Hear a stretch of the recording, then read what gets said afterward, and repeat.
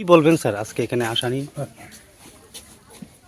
একটা সৎ মানুষ, ভালো মানুষ, জনদরদী মানুষ। হ্যাঁ,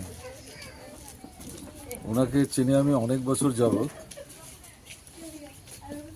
সেদিক থেকে ওনার বাড়ি যখন আক্রমণ করলো, তারপরে খবর পেয়ে আমরা এসেছিলাম। তারপরে তো অসুস্থ হয়ে গেলেন। অসুস্থ থাকার সময়ও আমরা এসেছিলাম।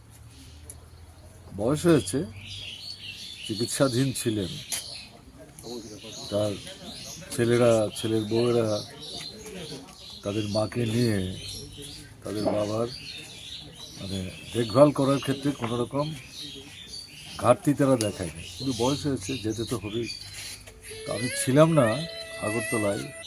কৈলাসহর থাকাকালীন সময় আমি খবরটা পাই। আমাদের ডুকলি মহকুমার নতুন যে সম্পাদক হয়েছেন সমর চক্রবর্তী, তিনি আমাকে ফোন করে জানিয়েছিলেন। তখন থেকেই আমার ভাবনার মধ্যে ছিল আমি এখানে আসব। সেটাই আজকে আসলাম। তার স্মৃতিও শ্রদ্ধার সাথে স্মরণ করলাম, পরিবার পরিজনদের প্রতি সমবেদনা জানালাম। আমার বিশ্বাস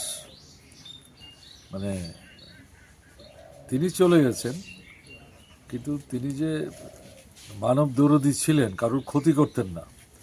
সবার জন্য উপকার হয়তো করা কারোর পক্ষে সবসময় সম্ভব হয় না, কিন্তু ক্ষতির চিন্তা করতেন না।